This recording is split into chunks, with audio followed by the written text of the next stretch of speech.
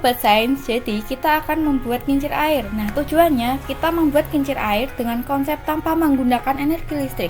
Lalu yang kedua, kita akan mengetahui prinsip dan hukum tentang Project Science ini. Jadi, nantikan ya. Halo Sobat Saintis, perkenalkan nama saya Nurul Fatimah. Di sini saya akan menjelaskan mengenai sejarah kincir air yang secara singkat saja ya. Nah, kincir air ini ditemukan oleh seorang insinyur Inggris bernama George Saracols pada abad ke-18. Mulanya, ia terlibat dalam penyediaan air. Lalu pada tahun 1692 muncullah ide untuk membangun distribusi pertama di kota Inggris. Nah, ini itu menggunakan kincir air sebagai pompa yang kemudian memanfaatkan arus deras untuk pemompaan tersebut. Nah, kemudian dilanjutkan oleh kakaknya yaitu Thomas untuk mengembangkan kincir air dengan menambahkan proses pemintalan. Nah, proses pemintalan ini menggunakan tenaga arus air dan hingga saat ini dari teknologi kakaknya itu berkembang hingga sekarang menjadi pembangkit tenaga listrik yang memanfaatkan arus air. Nah, begitulah cerita singkat tentang sejarah kincir air. Nah, untuk membuat benda dapat terus-menerus bergerak, maka harus punya energi awal dan memenuhi hukum Newton. Pertama, tentang inersia, di mana berbunyi benda yang diam akan tetap diam selama tidak ada gaya yang mempengaruhinya, dan benda yang bergerak akan selalu tetap bergerak dengan kecepatan konstan jika tidak ada gaya yang menghentikannya.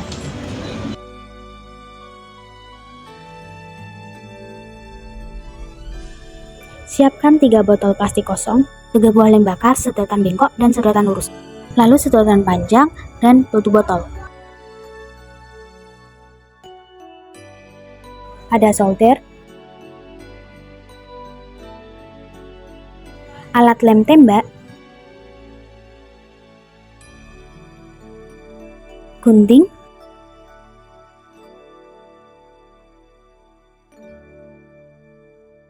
cutter, dan spidol.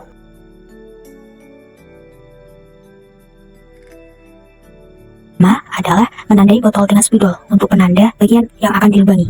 Pada botol pertama, tandai bagian yang akan dibuang yaitu sebesar 5 cm x 15 cm. Kemudian beri penanda titik juga untuk bagian yang akan dilubangi. Pada botol yang kedua, tandai 3 lubang. Untuk botol yang ketiga, lubangi pada bagian atas dan tutup botol. Langkah pertama, lubangi botol yang telah diberi penanda spidol. Selanjutnya, rangkai alat seperti video berikut.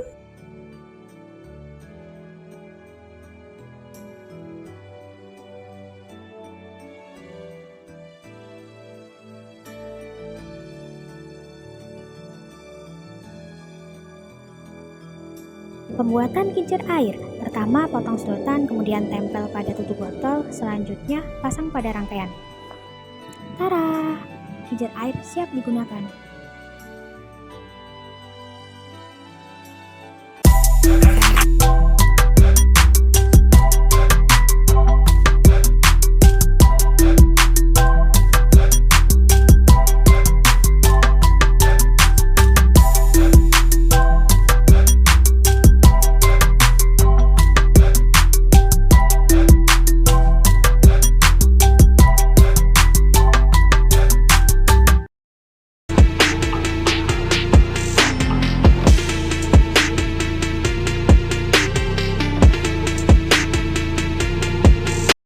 Baik, saya akan menjelaskan mekanisme dari alat yang telah kami buat. Alat ini itu menerapkan hukum Pascal, yaitu tekanan yang diberikan pada saat mengalir dalam ruang tertutup akan diteruskan ke segala arah dengan sama besar. Nah, jadi alat yang telah kami buat ini memiliki beberapa syarat, yaitu salah satunya adalah harus tidak ada kebocoran dalam alat ini. Kemudian botol kedua itu harus dipenuhkan dengan air terlebih dahulu. Jadi kita mengisi botol kedua dengan air.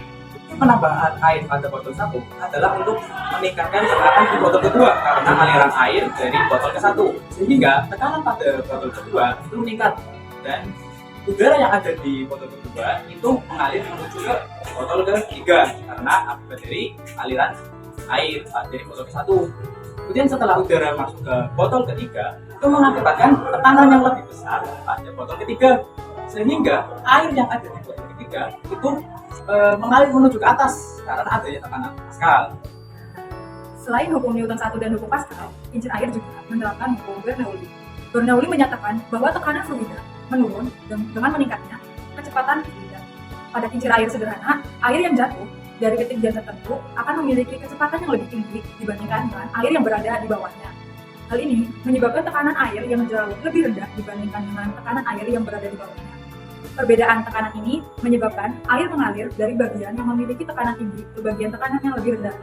Aliran air ini kemudian digunakan untuk menggerakkan kincir air. Ini saya akan menjelaskan tentang botol yang terjadi pada kincir air.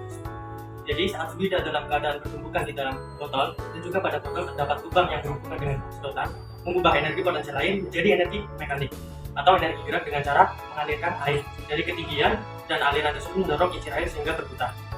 Dari air yang ditampung dalam tutup botol menghasilkan gaya berat sehingga kincir air dapat bergerak dengan siklus yang sama pada semua dengan kincir air. Air dalam botol akan terisi otomatis dikarenakan lubang pada sedotan air keluar dan lubang sedotan air untuk masuk memiliki tekanan air yang berbeda, sehingga pada lubang sedotan air yang masuk menghasilkan daya isap air yang menarik air dari sedotan air untuk mengisi kembali air di dalam botol. Jadi teman-teman, dari kincir air tersebut kita dapat menarik 3 kesimpulan, yaitu yang pertama, pada kincir air terdapat hukum Newton 1, di mana hukum Newton 1 itu berbunyi benda yang diberikan resultan gaya sebesar 0, maka benda akan tetap diam. Dan benda akan memiliki kecepatan konstan selama tidak ada gaya eksternal yang mempengaruhi. Nah, pada kincir air tersebut berlaku hukum Newton 1 ketika kincir air bergerak karena adanya air yang mengalir. Kemudian yang kedua adalah adanya hukum Pascal, di mana hukum Pascal ini menerapkan sistem tekanan udara. Tekanan udara yang ada di botol kedua mendesak ke botol ketiga sehingga air dapat naik dan air mengalir mengenai kincir.